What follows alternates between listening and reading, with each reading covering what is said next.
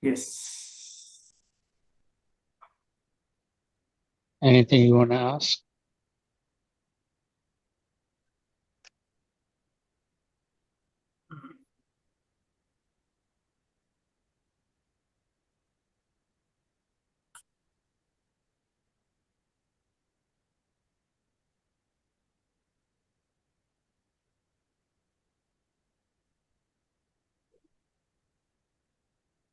While Prakash is thinking about it, I'll just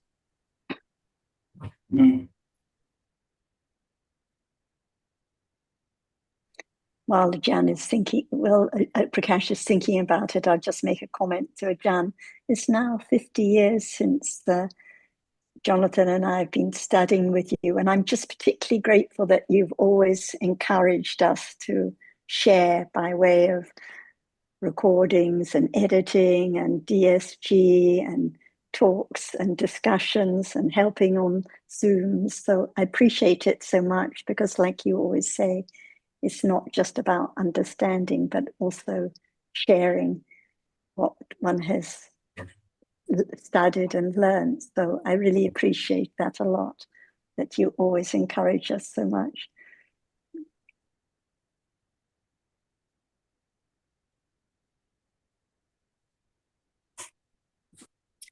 Yeah, actually, I noted down this question to ask sometime earlier.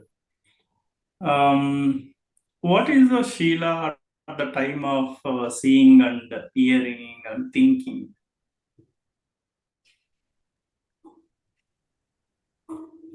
The Sila refers to the kusala and akusala chittas. So at moments of seeing and hearing, which are vipaka chittas, there's no kusala or akusala. So we don't refer to the Sila with regard to seeing and hearing. It's just the result without any kusala or akusala involved at all. Even though they're the results of kusala and akusala dhamma, they're not kusala or akusala. But when it comes to thinking, thinking arises with kusala or akusala chittas. So the kusala akusala chittas with kusala or akusala chaitasikas arising together are different kinds of kusala and akusala sila. For example, at a moment of thinking with kindness, it is kusala sila at that moment. At a moment of thinking with boredom, it's akusala sila at that moment. So any moments of thinking are kusala or akusala sila. A moment of thinking with understanding, kusala sila, for a moment only and then gone. So sila refers to the nature of kusala and akusala chittas. Actually, I wasn't sure about this. That was a good question for me too. I thought sila meant behavior of chitta. Therefore, even with Vipaka, sila would be at the moment of seeing, that would be the sila, seeing. But you're saying it's what follows in the when kusla or akusla. Okay. Because the vipaka is not kusala or akusala. It is the nature of chitta, but it's the nature of chitta at this moment of goodness or harm. Otherwise, how can seeing be akusala sila or kusala sila? Because it's just result. It's not kusala or akusala. And what is the implication of meaning of by way of the meaning of sila being behavior of chitta? What does that mean? It means the nature of the chitta, the way the chitta operates like the chitta now, is that the chitta with kusala factors, if so, it's kusala sila. So it's the way it's conditioned to be at this very moment.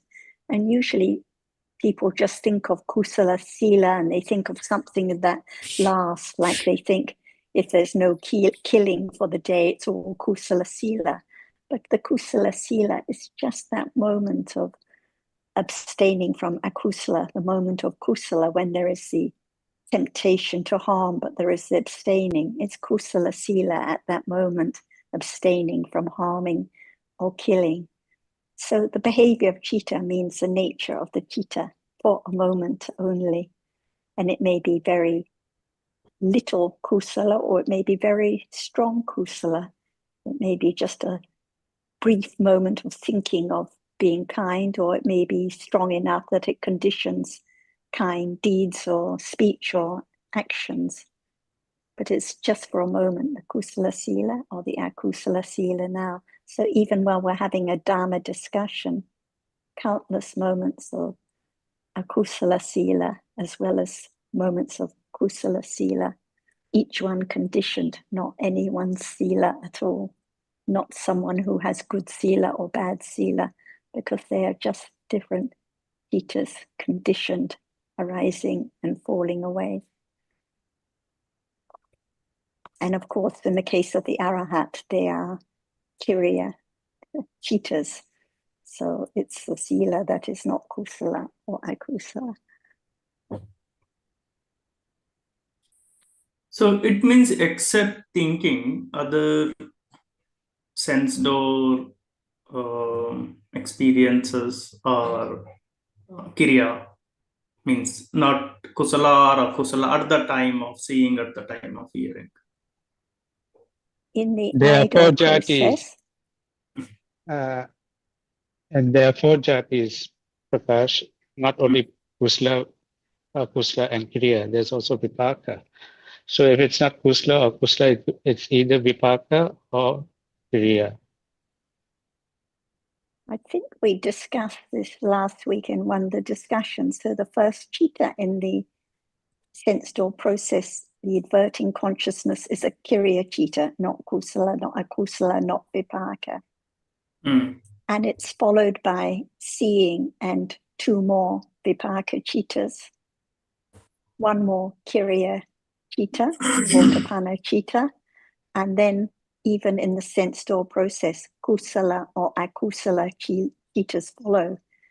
So kusala sila or akusala sila, even with those cittas experiencing the visible object, which we discussed have the function of javana, the function of running through, but they are kusala or akusala cittas. Okay, is So it nothing to do with 5 precepts or 8 precepts we generally talked about?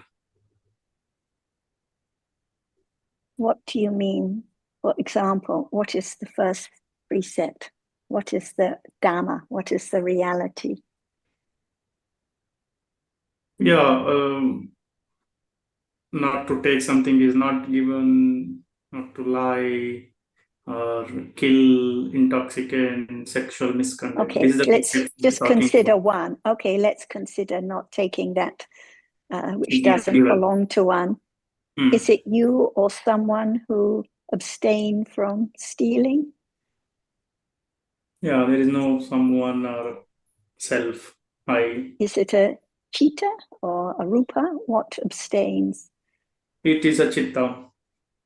Citta with certain chaitasikas, like Yeah, the virati yes. chaitasikas that abstain from stealing at that moment. How long does it last for?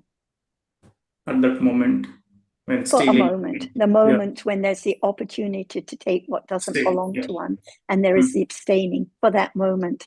Next moment, Something maybe else. regret, maybe anything. So it's just for a moment. It's not I reciting and sitting in a temple and having 5 precepts all day. This is not the understanding of dhammas. Let's see if Ajahn would like to continue this discussion with you, Prakash. Yeah, Dhamma is so very subtle. Where are Dhammas? All around. Is there any understanding of what is there as it is? Or none at all? See, all around are Dhammas. But is there any understanding of what is there at all, or a little bit. So what is there now or around? See, what is there all around, all Dhammas? So is there any understanding of the truth of what is there as a Dhamma, each one? See, no matter we talk about Sila or Panya or whatever, what is it one by one? What is there? Can it be someone or something? We live just in the world of ignorance for how long? Of whatever is there appearing, no understanding of the truth. And it is taken for someone or something all the time because no understanding of the truth. What is there is just conditioned to arise and falls away. Is it true? Be true to the truth, little by little, to have clear understanding of what is there as it is, little by little. There must be a reality which experiences an object each moment unknown. They are different by conditions, right? In a day. Seeing, hearing, smelling, tasting, touching, it experiences the object from moment to moment, differently by different conditions. So there must be now a reality which arises and experiences the object. But who knows that it has a reason? It's there already. It's that which sees, it's that which hears, it's that which thinks. Are they real? And what are they? The reality which arises and behaves the way it is. So sila is the behavior of the reality which experiences the object in different manners. Sila is not anyone. Sila is only that which experiences the object in its own way. It behaves by conditions to see, to like, to dislike, to think about all Dhammas. So sila is the reality which arises and experiences the object. That's the way it behaves. Seeing sees only. Hearing hears only. That's why in the teachings of the Buddha, they add words kusala sila, not the rupa. It cannot experience anything at all. So it cannot be kusala or akusala. So the citta and cetasika arise together. When we talk about citta, cetasikas are included. No need to say the two words together because they are always there with citta. So at moment when citta arises, cetasikas arise by condition together to experience the same object. But the behavior of citta depends on the cetasika which arises with it too, to be kusala or akusala, or not kusala, not akusala at all. In a day, they are not known at all. Ignorance is there, attachment is there, the idea of self is there. But in truth, no one. According to the truth, all dhammas are anatta. So when we talk about sila, it means the behavior of the reality which arises and experiences the object by different conditions and different manners. No doubt about sila. Okay. Now, is there sila? Yeah. It behaves by way of kusala or akusala or apayakata. That's why there is akusala sila, when citta and citasikas arise together, behave in unwholesome ways, manners, ways of speech and deeds and thought. So it is the moment to understand the truth of no one at all. It's just the moment of kusala sila or akusala sila or apayakata sila, different from kusala dhamma, akusala dhamma, and apayakata dhamma. See, so subtle each word, kusala dhamma, dhamma, akusala dhamma, apayakata dhamma, not sila. But when it just talk about the behavior of the reality which arises and experiences the object by different conditions, by different moments, by different experiences, there are three words: kusala sila, akusala sila, apayakata sila. So apayakata sila does not include rupa at all, but it's the behavior of citta from moment to moment, being kusala or akusala, or not kusala, not akusala, but it arises to behave by way of apayagata sila. It's not the cause and it's not the result, but it's there by conditions to be apayagata sila. Is there any question? Yeah, Ajahn, thank you. And Abhyagata Shila is a vipaka. Vipaka, is it kusala, No, akusala? no. So behave by way of apayagata sila. What is not kusala, what is not akusala? When it experiences the object, it is sila by way of apayagata sila.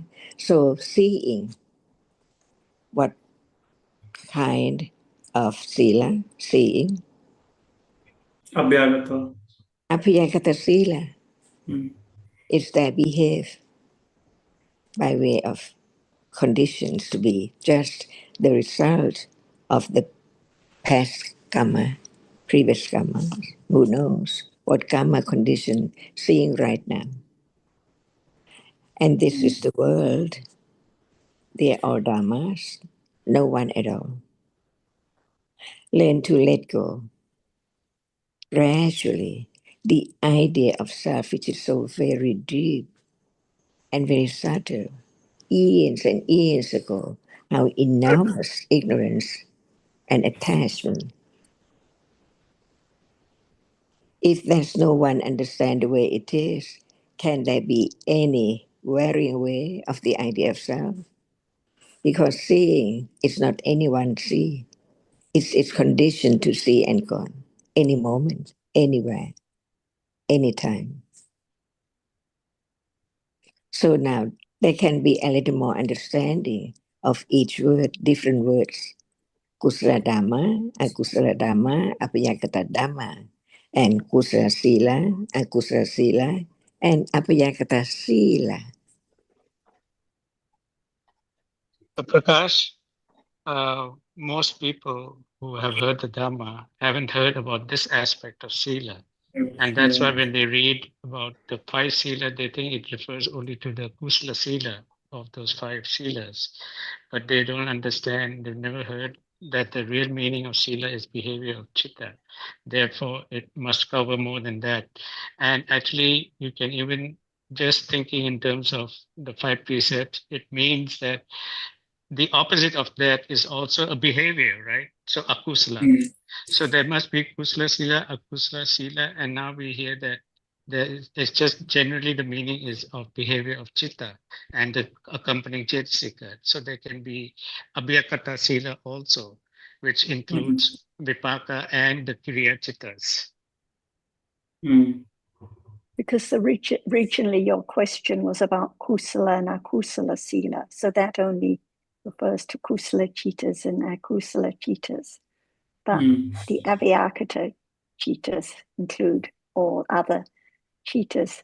And even at a moment of abstaining from killing, or abstaining from stealing, one sees something one likes in the shop and there is abstaining at that moment, we can't even say that's kusala sila because it depends on the cheetah. It may be abstaining with sadness, for example, at that moment, because one knows it's not right. Akusala sila. So it doesn't depend on the appearance and what it seems like the activity is. It depends on the nature, the behavior of the cheetah itself. Could Pete please mute anyone who's not, Hi, Surya. not speaking? Could you please mute? Surya ji, please mute.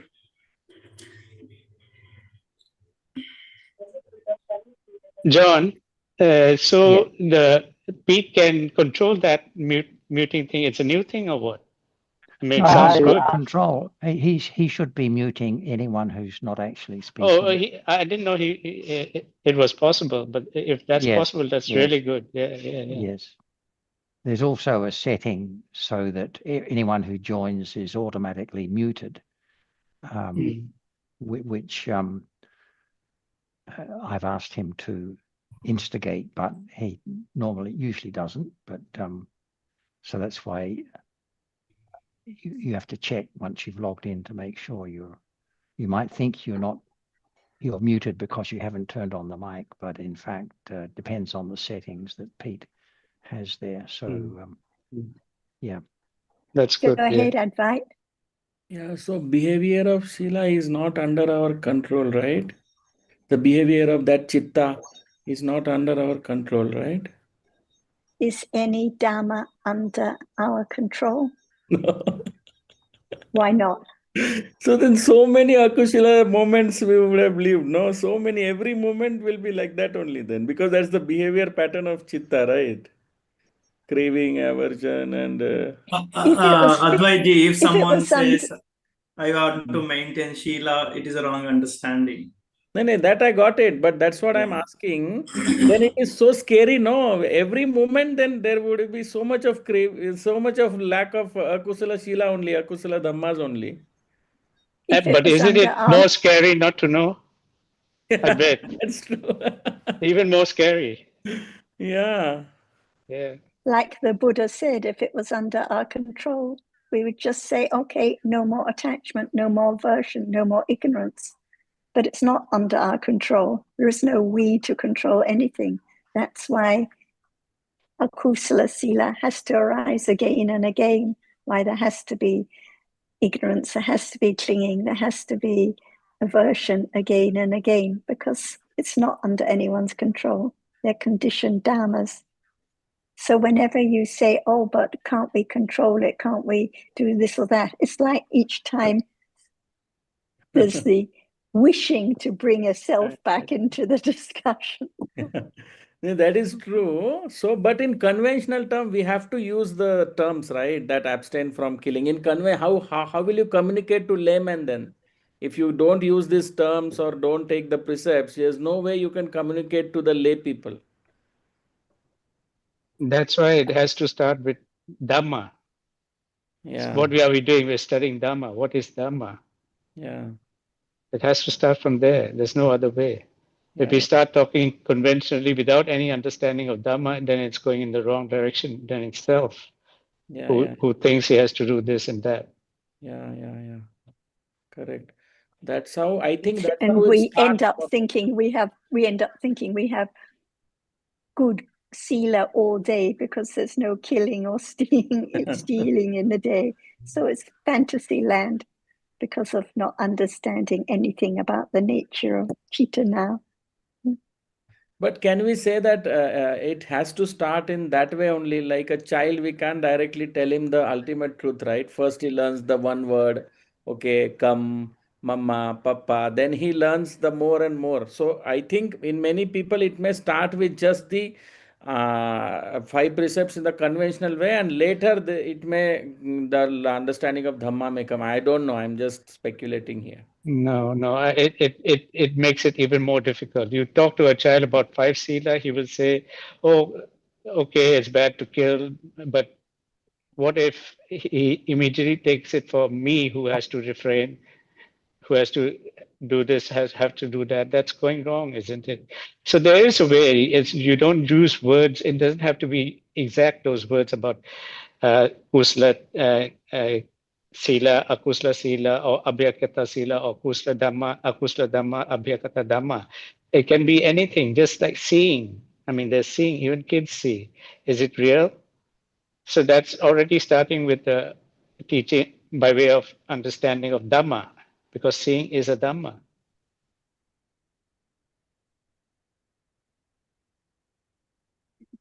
Yeah, so that I So just want to bring out that thing when one person had joined from Thailand and he said non-veg, no non-veg, and you had told, and Sarah had told that when you are eating that, is there that intention to kill?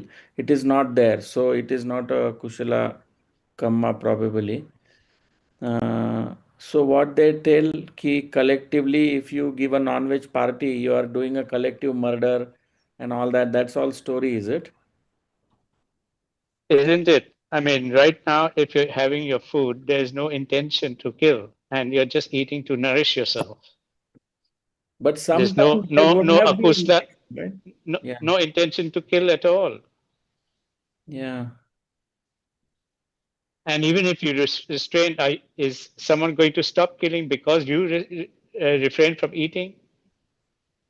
Maybe by certain extent it may change.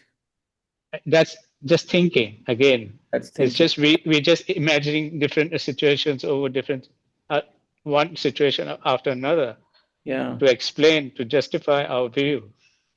yeah.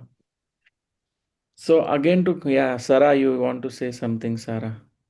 I was just going to say, after that discussion, that guy who joined afterwards, he said he really liked and agreed with everything Advait said and disagreed with all the rest of us because you encouraged him. You said, oh, yes, you're right. It's So much even better to now be that, vegetarian. And I yeah, agree with you that if everyone's vegetarian, there will be less killing and hurting and so on. yeah, But yeah. this is Even not the now that truth.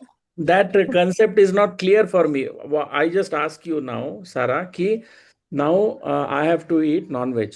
I have to go to a shop. I have to pay money, take non-veg, come home, cook and eat. So in that process, somewhere there will be intention to harm, right? Akushala chitta, right? Not necessarily. And what you eat at home is up to you. You can eat veg or anything else. But when you're a guest or you're different foods are in front of you, it's better to be considerate, easy to please. Like we don't eat much meat, but Yeah. even when we buy meat, no thought of harming at all.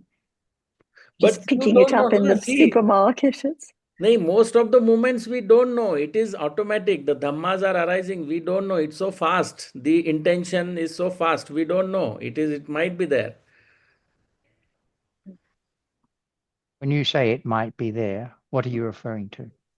Means that's what I have realized through this discussion. Ki when there is a I say that I am following Sheila. There is some situation where I am not harming anybody and I am reinforcing my sakhaya ditti, my self view. But actually, Mhm. that moment there might be akusala chitta, which I am not Yes, aware but because there's so much of right. ignorance. But your question is basically about taking life, isn't it? The Yeah. So we are not yeah. encouraging taking life by buying non-veg, is it? If I am buying now, somebody giving that scenario, Sorry. forget that. I agree. That is not breakage of Shila. But when I am buying, there is an intention. There is a chitta which is saying ki, What's okay, the you kill, intention? I will pay you. No, because the deed has already been done. You're buying meat, so the killing's already been done. So Yeah. there's no need for any intention to cause harm to the previous, to what was a being in the past, but is now No, some but meat. there is a subtle intention that I'm encouraging that person to kill, right? By giving money. You don't even know. You don't even know that person. So Yeah. you, Yeah. And Yeah. Advait, I'm just like you to compare with a different situation. as I've faced a few times, is going to a seafood restaurant where they serve fresh seafood, Yeah. where the animals are in the water tank. Now, I know that if I order a particular dish, they're going to take that lobster from that tank to serve me. So that is different from just going to a butcher and buying meat, isn't it? They are not much different because I am. Because one is alive and the other one is just meat. There's a Yeah, big correct. Yeah, difference. correct. There is a little bit difference. Yeah. Big difference. Yeah. Here I know that they're going to kill it for me. Yeah. Here it's dead already. It's not even, it's just meat. It's just protein. Okay. Maybe Yeah. I need to more contemplate about it, but I feel one is encouraging killing by paying that person because he will feel encouraged, right? I am being paid, so he'll kill more. But But that's even not your, he doesn't that's kill. not If your, he, that's the Yeah. thing is, that's not your intention. It's Yeah, not your that's not at intention that to moment there is encourage no the that killing intention at to all. kill that. I agree. No. So the fact that someone may take encouragement theoretically is irrelevant. What's relevant is your mental state, your Yeah. state of mind. And the buying of meat does not involve any intention to cause harm to a living being. But it might be there. We might not know also, right? We don't know so many things about But that. how could it be? How could you make a connection between that moment of buying meat and having the intention to deprive a living being of life? Maybe that's just my thinking and assumption. Yeah. Invite G. The only just sorry, Sandra, just one more comment. The only situation I can think that may apply is if you took delight in the fact that a being has been killed in order to provide that particular meat, because taking delight in someone's taking of life is similar to having the intention to take life oneself. Otherwise, it's not there. Yes. There will be delight in eating, right? So that is same as.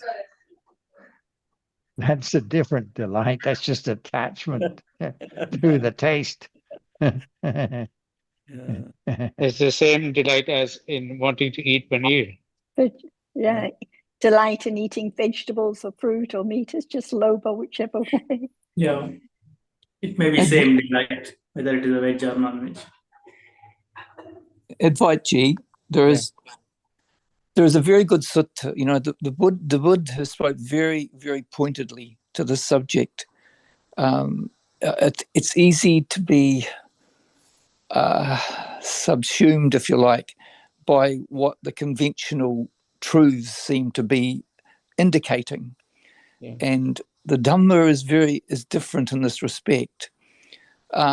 When the Buddha, and actually the sutta that I refer to here is the Amaganda Sutta. It's in the Sutta Nipata, and I encourage you to read it and consider it carefully. Yeah, thank you. Because the Buddha speaks very, very clearly to the subject. There was a fellow, his name was Tissa, he was a Brahmin, and he said it was not becoming for a Buddha to eat meat. And so the Buddha referred to him, because in these days they didn't call it vegetarianism or whatever. They called it, if you ate meat, you were considered to be kind of smelly, to be impure, if you like. Whereas when the Buddha, he made it, when he was sitting down eating his food, he was having all these different types of meat and the like, which had been provided to him by the king. He made it very clear that what constituted smelliness is not what you ingest physically, it's what you ingest. He started the sutta off by saying, he said, panati pata vadacheta bandhanam, which means, he said, killing, that's impure. That's different from eating. Ajahn once said, when this question was answered, that eating is not killing. People, you can't conflate the two. Eating is eating. Killing is killing. They're very, very, very different Dhammas, as people have been pointed out to you. It's not, if you've, so I really encourage, and like binding and trapping and tying up creatures and torturing them and cutting them, that's obviously a kusala, and that's what the Buddha referred to as being smelly. At the end of each line, there are about 7 lines, and he said to each one, he said, meat eating is not harm, is not the problem. It's the killing, it's the harming. That's the problem.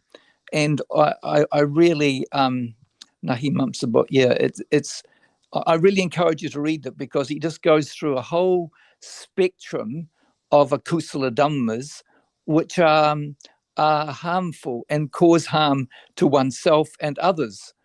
Whereas the ingestion of meat is not harming oneself, and it's not harming the other. And people use this argument, oh, well, if people didn't eat, therefore there wouldn't be killing. But people there forget that the condition for killing is ignorance. People don't kill because they want to provide meat to other people. They kill because of ignorance. Ignorance is the essential prerequisite for killing. If there wasn't any ignorance, there wouldn't be any killing. But people keep on thinking that, oh, well, if I stop eating, the killing will stop. That won't happen. Anyway, look, but I highly recommend you. It's in the Sutta Nipata. It's called the Amaganda Sutta. And it's well worth considering and reading carefully, because the Buddha, actually, it's the only sutta in the Tripitaka where it's the previous Buddha, and so it's the previous Buddha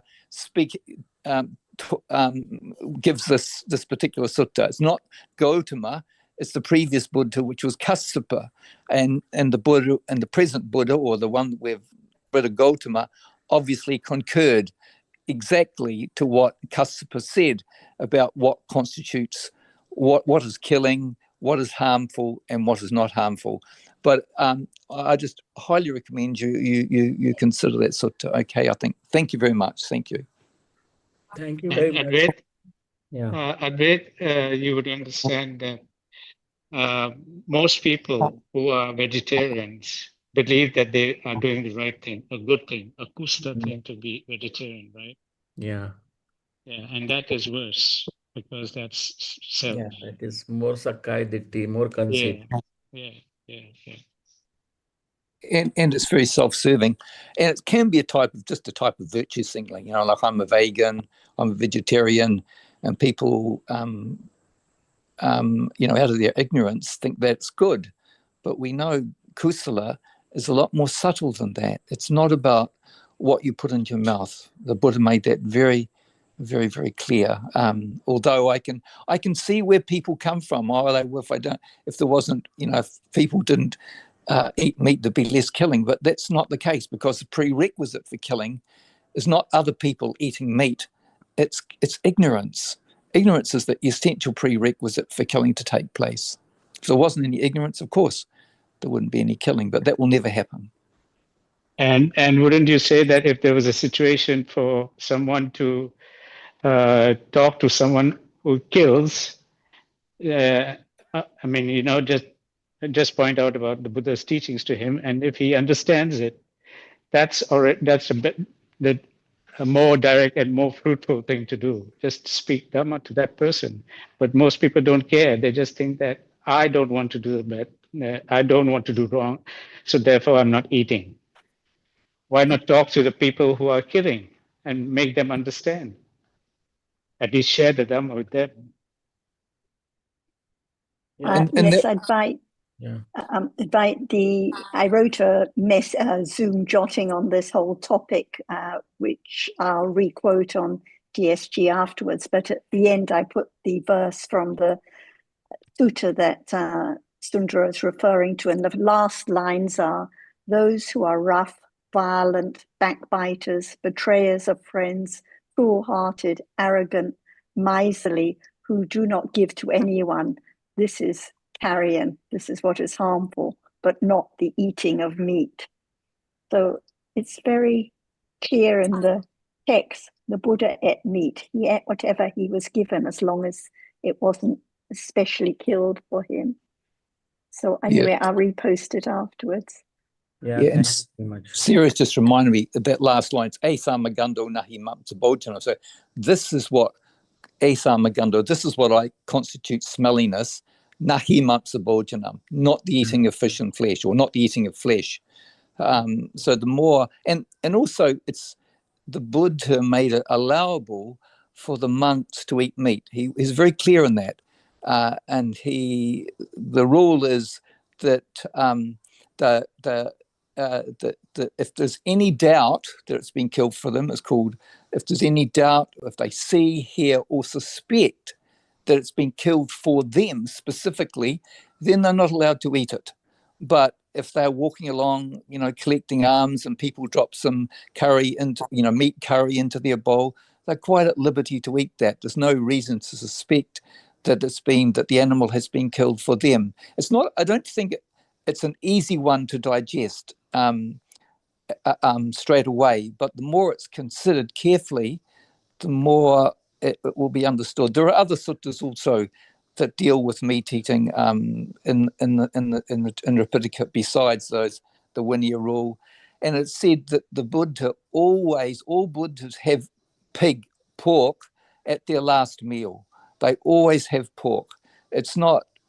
So the Buddha made it very clear that it's very allowable, but of course the Buddha would not eat meat that's been killed for him, So, yeah. Anyway, I just that sort of that Sarah's pointed out, the Amaganda Sutta is very ennobling, and to consider carefully what constitutes smelliness and what is not smelly. Yeah. Thank you so much for. I will share that the essence later. So I got the point. Thank you very much. So but one thing is last comment I'll do, and later we will change the topic now. I want to ask another question. One comment is one has to reflect when one is going and buying a meat, what chitta is there. That is not in our control. So that even when one is affrontly doing that, then definitely there will be a unwholesome chitta. Definitely it will be there. No, it doesn't have to now? be. It doesn't have to Now be. also it is there, yeah. There is a lot of conceit. What about now? Does one have to stop and consider what is the chitta now? Or it arises by conditions? And when there's the idea, oh, I need to stop and think about what it is that self? Yeah. Is that an idea of trying to control again? Yeah, what about just understanding what appears now? What about seeing now, hearing now, instead of thinking about what is the chitta when I'm in the supermarket and how I should stop and focus on it? What about at this moment? Yeah. Life is now. Otherwise, it's back to the story of I again, what I should do and how I should check it and how I should stop it and how I should pick up the vegetables instead. It's not the understanding of life right now. Yeah, I got that. Thank you. So last time we ended with that clarification which I wanted. When there is in Satipatthana Suttana Sabbakaya Patisamvedi Assasa Sameti Sikkati Sabbakaya Patisamvedi Passasa Sameti Sikkati. And Sarah had said that we'll discuss it next time about breath and all this understanding how it is relevant. Okay. Oh dear me. That particular sutta, that's the in-breathing and out-breathing sutta. That's not necessarily Satipatthana Sutta. That what's saying is when, from a rough translation, would be that I'm trying to remember the one breathes in the body, one breathes out the body. It's a way of talking about Dhamma, but it's from the Anapana Sutta, and so that relates to in-breathing and out-breathing. I will know if I have a long breath. I know if I have a short breath. That's a translation of the words that you've just said. So it's referring to Dhammas as they are, like Rupa Dhammas, whatever Dhammas are appearing at that particular moment. I will breathe in a short breath, as you said, asasa and pasasa, short breath and a long breath. No. Sorry, I want to clarify. What I have said, the translation is experiencing the whole body, he breathes in, experiencing the whole body, he breathes out. That sutta, Sundara. Anapanasati Sutta, yes. But yeah, in that line, we were discussing in the context of when Ajat says head to toe. Oh, I see. Okay, well, if I make some comments there, okay. If I can, let's go back to that, if I may, because this comes up quite a bit, this head to toe, which is just another way. I talked about that being in the Rohitassa Sutta, and I have looked into that relatively recently. So there the Buddha says, speaking to Rohitassa, he says, in this fathom-long body, so in this very, if I made this comment about head to toe, first of all. So he talks about in this very, you must mean awa, in this very, biyama mate, fathom-long body. The word there is, the body is kalewara, in this very fathom-long body. So what and Ajahn has referred to this also, he's referring to all the dhammas, all the ayatanas, for example. He's referring to all those, like chakka yatana, rupa yatana, and so on, right out to manna yatana, which is the mind, and dhamma yatana, which is the cetasikas and subtle rupas and so on, and panyati. So panyati are used all the time in the teaching. So these concepts are, and like often was a comment made recently, well, head isn't real. Well, that's true conventionally, but rupa and nama are also panyati. Yes, there's different types of panyati, but they are concepts that are needed to express and to understand Dhamma. We have to use concepts. So when we talk about head to toe, we can be talking about the ayatanas, for example, in a more specific language, but still, it's just language. It's panyati. We need panyati to convey the Dhamma. Now, getting back one, he breathes in, he breathes out, knowing the whole body. It's another way of expressing the Dhamma by way of these different dhammas that are appearing. They would have understood at that particular time. Anapanasati Sutta, it's in the Majjhima Nikaya, I believe. Thanks, Sundara. Can I just interrupt for a minute to ask Advait? Your question is about the phrase breathing in the whole body. Is that correct? Yeah, so it is like while breathing in the Yes. do you feel the whole body and experience the whole body while breathing in and breathing out? Yeah. So this is in the context of anapanasati. Is that right? It's the Anapanasati Sutta, yes. Yeah. So it's not, is it part of daily life, or is it a particular situation? No, when Ajahn says head to toe, is it the same thing? Yes. Because last time we were that was the question. Because daily life is head to toe. Right. Yeah. Well, you're asking then about Ajahn's use of the expression head to toe. Yeah, and then in that context, is it the same thing what is written here then, or it is something? No, I don't think she's referring to anapanasati when she uses the expression head to toe. But John, what is taken, wondering I think, whether it's the same. Yeah. It's the same I'm meaning. sorry? No, what Advait is asking whether it is what Ajahn is saying head to toe means the same thing that this particular sutta is stating. That's what he's asking. I don't think so, yes, because I don't think so as I'm either. trying to explain, because Ajahn is talking about, for example, any rupa that is taken for the body. Yeah. Or place of arising of the different consciousness. We know that the eye consciousness arises at the eye base, and the ear consciousness arises at the ear base, but the body consciousness can arise at any point of the body. Yeah. So I think they are different contexts altogether. the Satipatthana Sutta is a very particular context.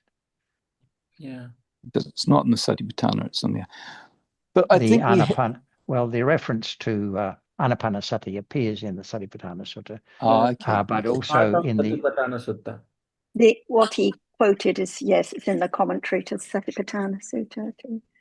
Because I have it in I don't front know of about me. the commentary, but anyway, it's definitely in the Anapanasati Sutta.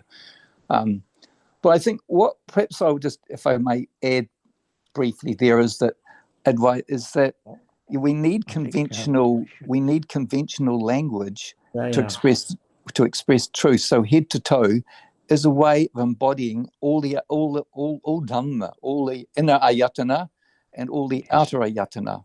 It's right. a way I was of just going to say, I think we should ask Ajahn, because that's his question. Okay. He's asking Ajahn about her use of head to toe. So I think it's appropriate if we just ask Ajahn to comment at this point. Okay. Yeah. Thanks very much. Is the head? Is the head? Yeah. Is the toe? No. From head to toe. Is the head? Is the toe? No. Not at all. These are just concepts, pannati. But how can we understand the truth without concept? Yeah, then it is, in conventional terms, it is there. Okay, that's why we learn to understand the truth, the ultimate truth of what's meant by head to toe. Where are you? I am sitting here. Now, from head to toe. Know you. Where are you? Know you at all. Yeah. What is taken for you is that which is there from head to toe. Yeah. That's the way we talk about the truth of each reality. For example, right now, there is seeing, no thought about seeing at all. Just talk about the seeing as it sees, right? But where is it? Where is seeing? This moment. Where? It's a chitta. Where?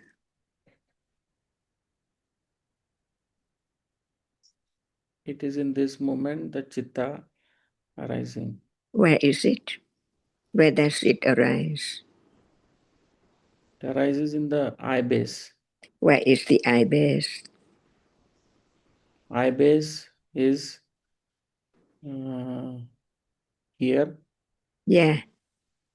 The head, Yeah, head. Yeah. but not the eye base. That's why we learn about the ultimate truth of each reality. Yeah.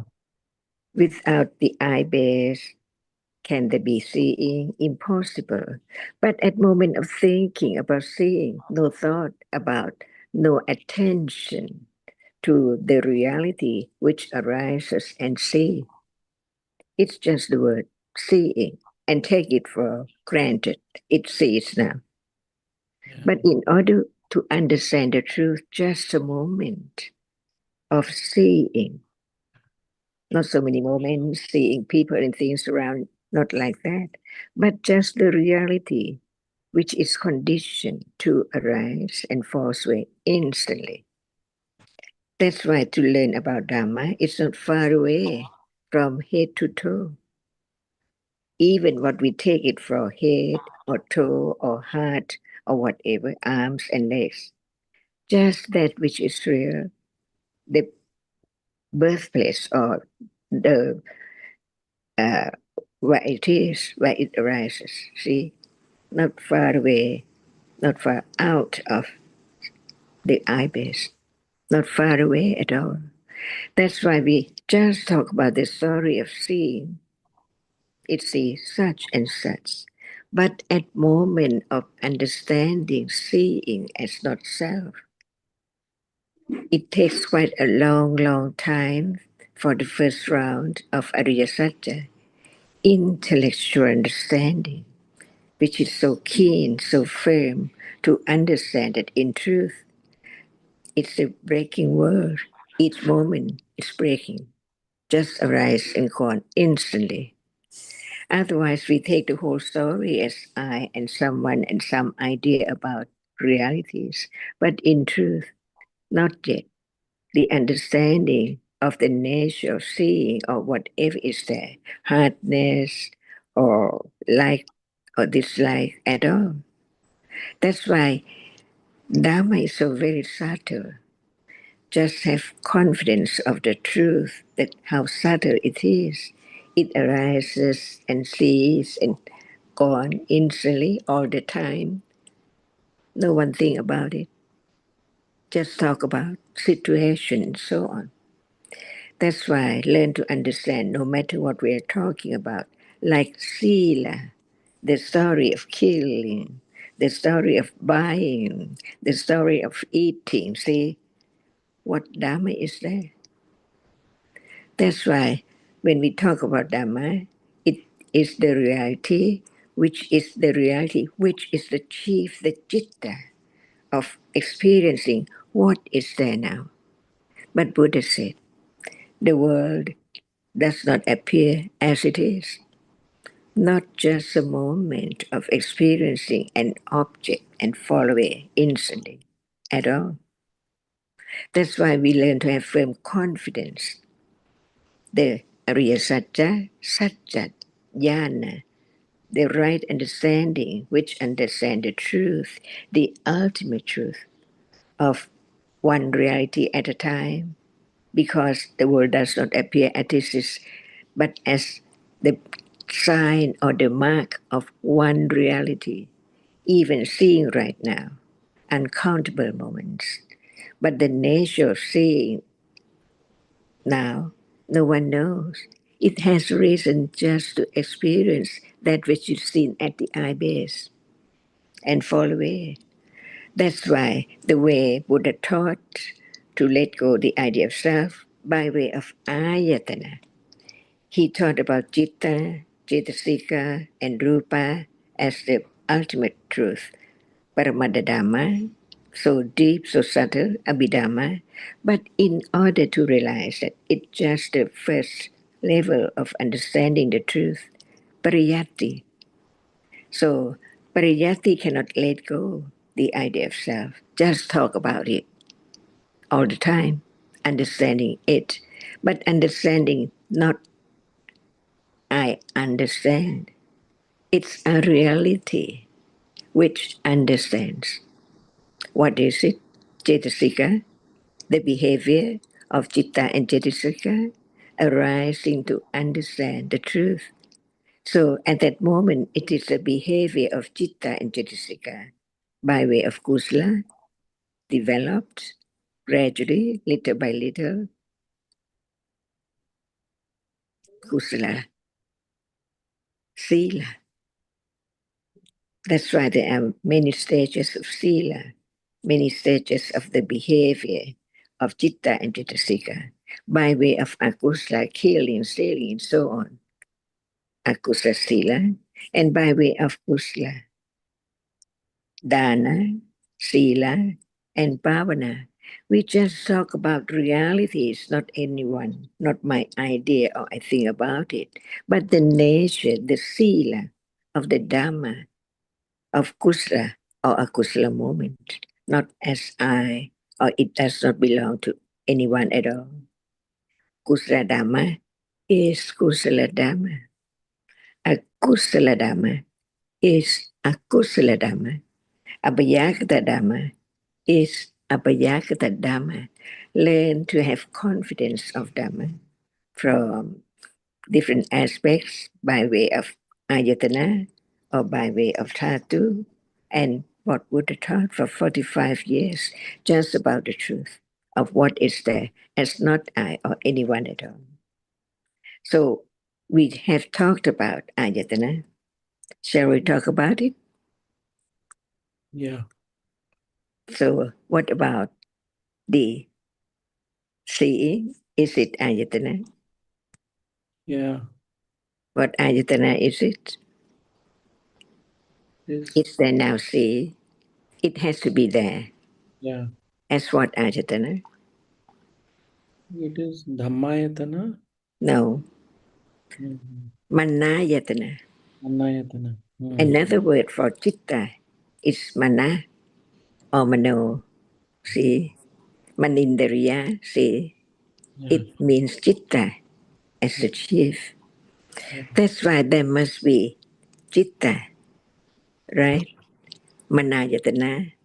And what else? At moment of seeing. To let go the idea of I see or the moment of I think, it's not I. What are there?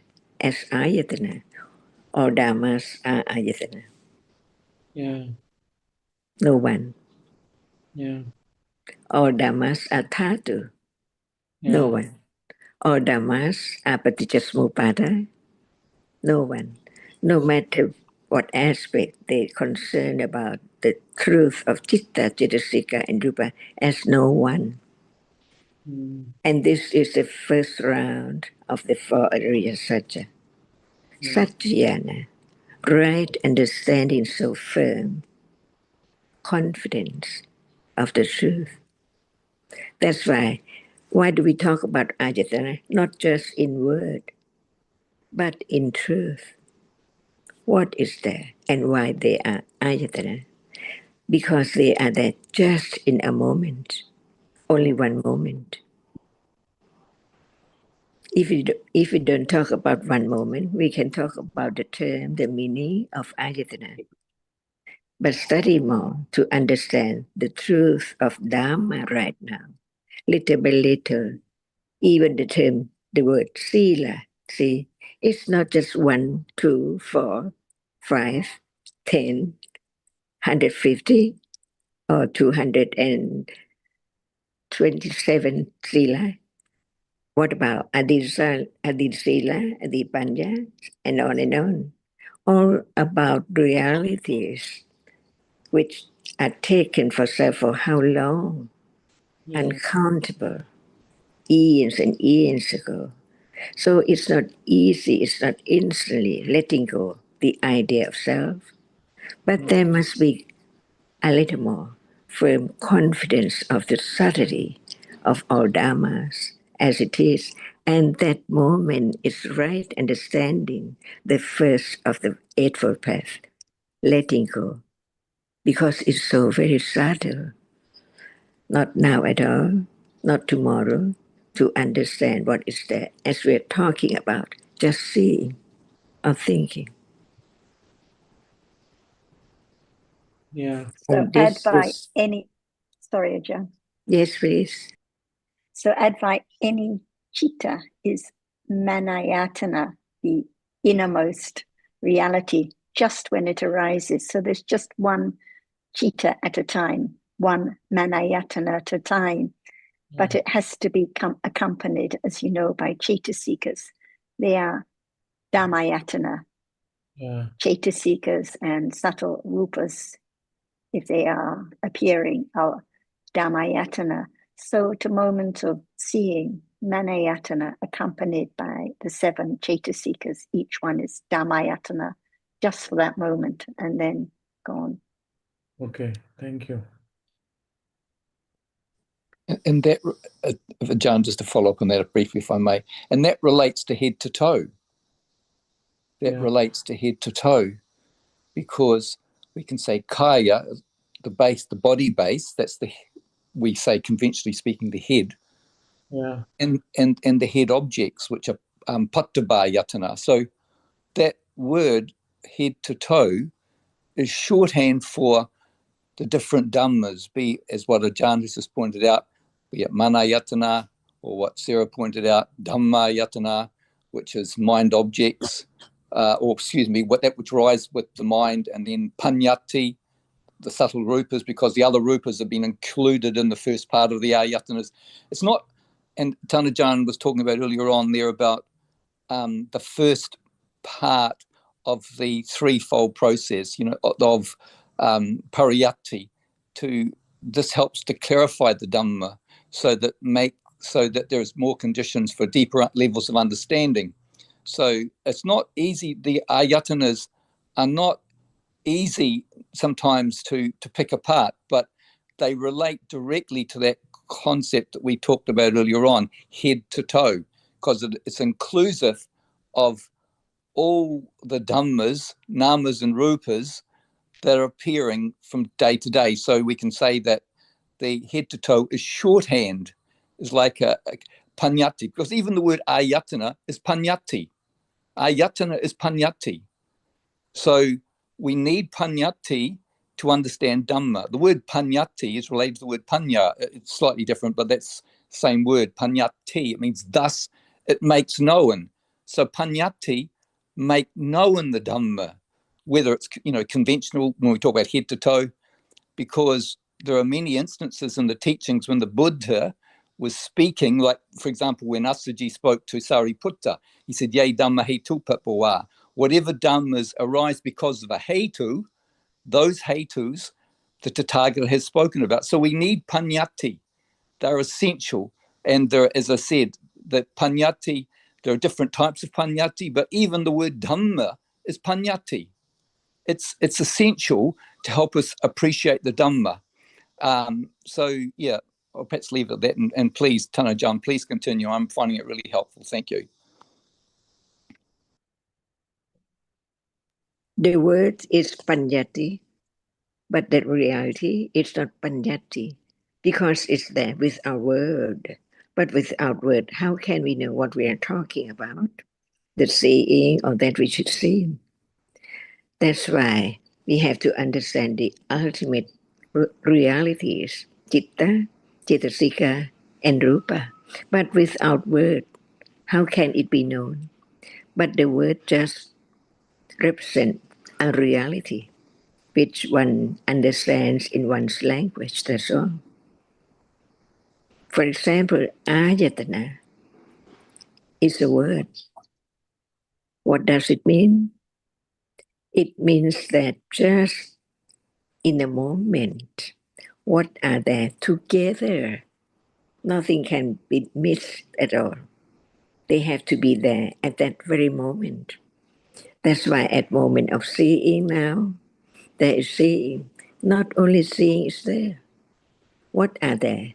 Meeting, or it has to be there together, appearing as that which is seen, but in truth, what is there?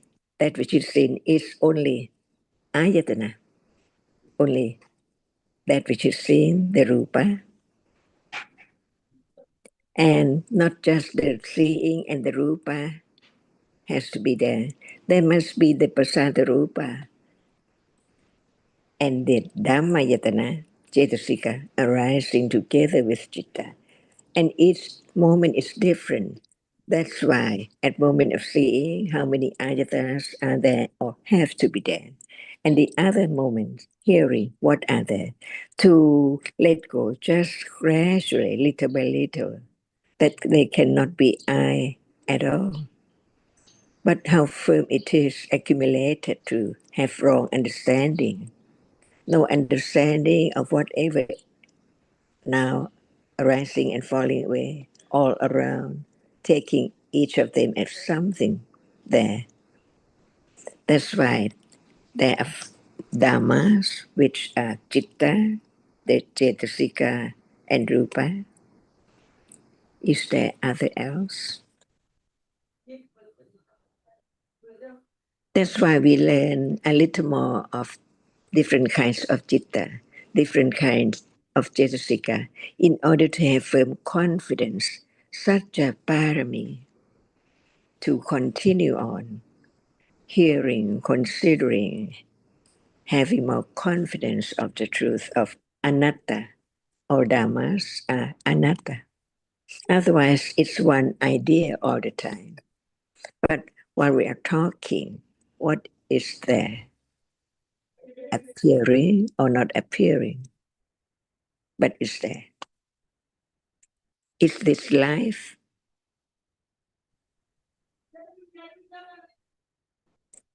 So Advait, what is there at this moment? Not the At this concepts, moment, not the ideas, not the in panyati, terms of just the ayana, dhammas now. yeah, in terms of ayatana, there is a light, then there is seeing, then there is eye base, and then there are 7 chetasikas which arise. So this is one of the ayatana. And the chitta itself. Yes. Yeah. So each of those dhammas is there at this instant and then gone. So they are ayatana just when they are there together. Yeah. Not the names, not the words, just the realities themselves. Yeah. Yes, at this very moment. Yes. So is that right now? No. What is that? It's just a phenomenon. Dhammas. Ayatana. Or ayatana, see, or dhatu. Yeah. That's why learn a little more of what is there in life from morning to night. Yeah. One clarification I want from Ajahn, that why this is a little bit controversial maybe, but when we observe when there is any thought process in the mind, any dhamma, any chitta, chetasika, is it not that that is translated into bodily sensation? Kusala sila or akusala sila or abhayakata sila now. No understanding of the reality. Keep on thinking about whatever, like Panyati, question and answer, and so on. Yeah. But each moment in each place or time or anywhere, what are there? So many ayatanas while you're talking. So keep on understanding the truth little by little. When we talk about ayatana, no doubt about it, that is firmer confidence of the truth of realities as realities, no one, not permanent. The first Ariya Satya just arise and falls away each moment. Can I, sorry to interrupt, and can I just ask Advait how or why every moment of consciousness must be reflected as a bodily sensation, given that the millions of moments of consciousness in a single second, and they are very varied, different kinds of chitta also, cause and result, different kinds of hearing, seeing and hearing and so forth. So how would it be possible for every instance of consciousness to be reflected in a bodily sensation? Yeah, thank you very much. I want to clarify this doubt because when I had said that this way, sabbe dhamma vedana samosarana, then I was asked by Albert and others that what is the reference of that? And I was looking at the reference. It is there in Anguttara Nikaya, found in Satchita Vagga of Anguttara Nikaya, where Buddha lists several ways of describing Sabbe Dhamma, all Dhammas. And it is saying that when he was explaining the nature of all Dhammas to wandering ascetics who asked about what is Sabbe Dhamma, then he gave various examples. And one line he said that Vedana Samosarana Sabbe Dhamma. And probably this was referring to feeling. Vedana was referring to feeling or sensation, pleasant, unpleasant, and neutral Vedana. Not just the Chetasika, but also the bodily sensation. So I just want to get it clarified. But all feeling is a Cetasika. Yeah, the Vedana is a Chetasika.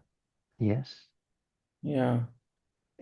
Any kind of feeling, whether it's whether it's the feeling classified as pleasant, unpleasant, and neutral, or whether it's the feeling classified that accompanies the bodily experience. So it's either pleasant or unpleasant, but not neutral.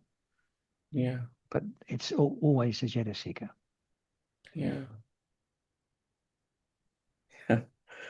Okay. Yeah. Because so many years that has been practiced, right, for me. Yes, I appreciate that. It's something that people who've studied with Goenka have a very strong attachment to that idea. Yeah. And so it's not easy to just suddenly let go of it. Yeah. But gradually, by considering the Dhamma as explained, one can appreciate that what is being taught there is not the same as what is the fundamental explanation of different namas and rupas in the teachings. And why feeling is Cetasika?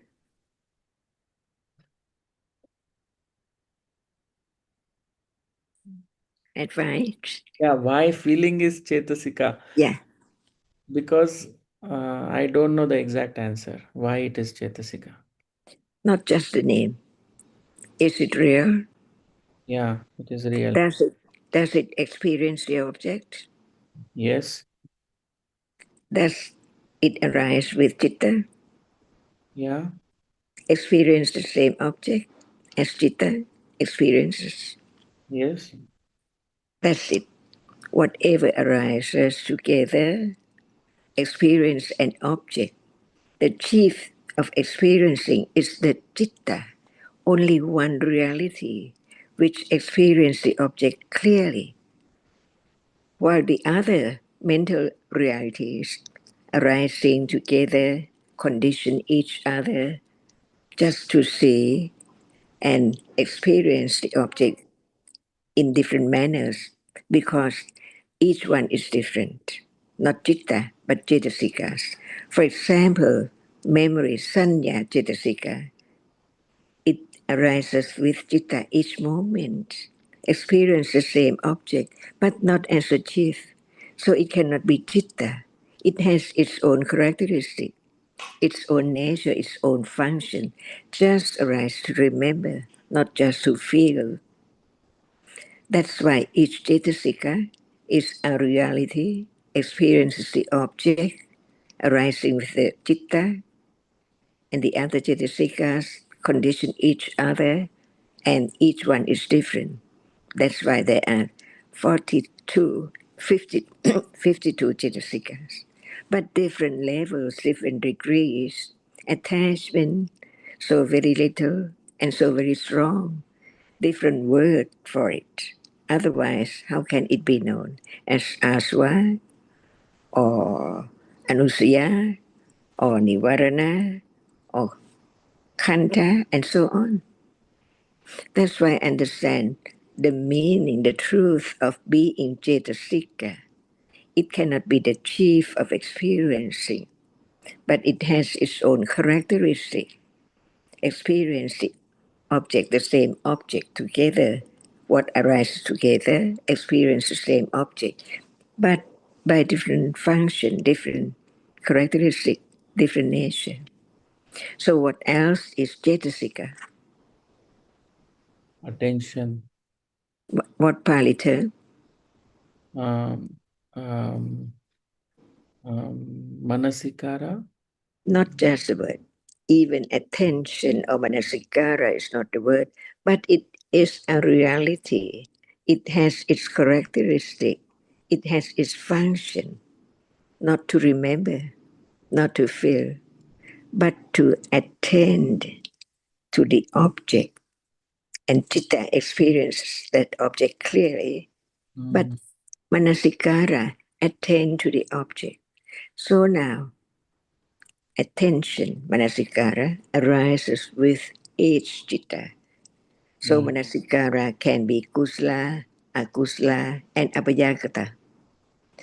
That's why when there is no understanding, ignorance, Manasikara there, Manasikala wrongly, because it arises with ignorance, how can it attend clearly or wisely? Impossible. That's why if I could just, sorry, please. Ajahn, I just want to add briefly on this subject that feeling is another mental factor or cetasika that accompanies every moment of consciousness. And its function is to taste the object, to taste, to experience, to taste the object that citta is experiencing. So when you talk about sensations, you need to ask the question, is it a reference to the experiencing of an object and the taste of the object, or is it a reference to that which is experienced by a moment of consciousness? Because if we're talking about the latter, that which is experienced, then the only realities that can be experienced through the body are hardness, softness, heat and cold, motion and pressure. And they are not sensations, they are rupas. So a sensation is a term that seems to be used without clarity as to whether what is being referred to is a mental factor or a rupa. It has to be one or the other. It can't be a mental factor in one situation and a rupa in another. I too wanted to point out this thing a bit, that even I have had experiences with the Goenka method or whatever they call it, vipassana, and I know they use the word sensation a lot, but that's how we hear and we believe we understand. But the question, as John has just put up, is that when we refer to that sensations throughout the body from head to toe or whatever, are we referring to the experience of the rupa, or is it feeling? So, and there's no, and this thing was never pointed out to us because there's no understanding, and we go away believing that what we take for sensation is something that is what we need to. It's an achievement to know those sensations, but there's no understanding at all. There's no distinction, which John has just made, no understanding about that. So it's all attachment and ignorance. Yeah, thank you very much, Jonathan and Sukhi. Ajahn was pointing out something very eye-opening, probably. She was saying that the attention can be kusala or abhyagata, and that attention has to become aware of the whatever sensation. So it can never actually do that. Something like that. Ajahn, can you please continue? That's why we learn little by little about different realities, because each one is so subtle. Intention, attention, and chanda, and so on, or interest, they are different. But it's quite not easy at all to get closer to the nature of it. For example, at moment of drinking very hot tea, what kind of feeling? Pleasant or unpleasant? Pleasant. Pleasant or unpleasant? Very, very hot tea. Very hot, then it may not be so pleasant. Unpleasant, uncontrollable, no choice. It's there by conditions. That's why each moment of experiences an object, there must be a reality which feels towards that object. Pleasant or unpleasant, mental or bodily feeling or mental feeling. See, different one. Someone can bear the very, very severe unpleasant feeling through the body, but when it's unpleasant, the mental pleasant, not bodily, they can bear it, be patient to to to that situation. That's why bodily feeling and mental feeling is different. That's why there are 5 kinds of feeling in a day. It feels, no matter what is experienced, it arises with each citta, and that in Pali it is Vedana Cetasika, the reality which feels toward the object pleasantly or unpleasantly, painfully or unpainful feeling. And when it's not pleasant or unpleasant, it is the indifferent feeling, tukkamasukha vedana. No one, just learn to understand, to condition moment of directly aware, instantly, of a reality which is heard and known and understood very well about the reality at that very moment as feeling. So what kind of feeling is there now? A reality which arises and feels. See, if we didn't talk about it in a day, it's there. Pleasant, unpleasant, at moment of seeing, hearing, smelling, tasting, touching, thinking. But it's there as a condition for citta to arise.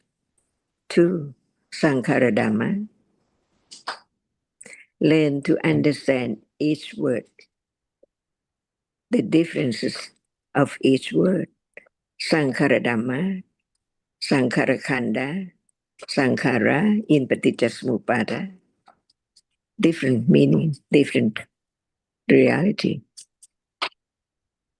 So is the feeling now, Yes. or I would say, is the Vedana Cetasika now? Yes. What kind of Vedana? Is a pleasant feeling. Arising with what, Chitta? Arising with seeing, hearing. No. That's why we learn the truth that Buddha taught. No one can know that. We just say it in our own way. Yeah. But in truth, seeing cannot arise with pleasant or unpleasant feeling at all. It's conditioned by agama to arise to experience that particular object. When the object is unpleasant, the akusala karma in the past conditioned citta and cetasika to experience the object by way of akusala vipaka, the result of akusala karma. So the karma conditioned the vipaka, the seeing, to experience the unpleasant object when it's the result of akusala karma. That's why the 10 Citas, the two of the field of seeing, one is kusala vipaka and the other is akusala vipaka. Experience pleasant visible object or that which is seen. No one can control. It's so instant condition to arise to experience the object. So no one can be painful feeling with seeing at all. It has to be upekha or atukkamasukha feeling through the five to the seeing, hearing, smelling, tasting. But for touching, it cannot be in different feeling. That's why we learn little by little, not just assume that all of them are pleasant or unpleasant. So now, is Vedana Khanda?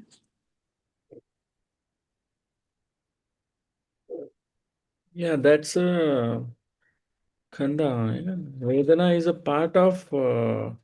Yeah, it's one of 5 khandas. Yes, It's one of the 5.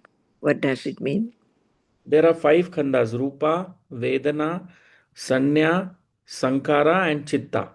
How many dhammas are there? Dhammas are uncountable. Citta, cetasika, rupa, right? Yeah, Chitta, Chetasika, Rupa. Yeah. Divided by way of upadana, clinging. Yeah.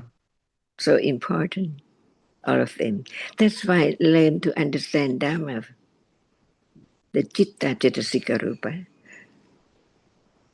Otherwise, it's just the story of people and things, not Dhamma. Yeah. So that can be the study of Dhamma one at a time to understand clearer, deeper, Yeah. to let go the idea of self. Yeah. And it's avijja, moha, akanda. Avijja moha. Yeah, that's a part of Sankhara Khanda, right? It's a sankhara khanda. Yeah. See, learn little by little to understand reality, each one by different ways or aspects. Yeah. Advait, you see the difference between your answer? You said it's a part of Sankhara Khanda, and Ajahn said it's a Sankhara Khanda. Yeah. So you were just talking in terms of classifications, not the understanding of the nature of that reality. It is a Sankhara Khanda. Yeah, I was probably memorizing. Yeah. Yeah, not understanding. Yeah. Yeah.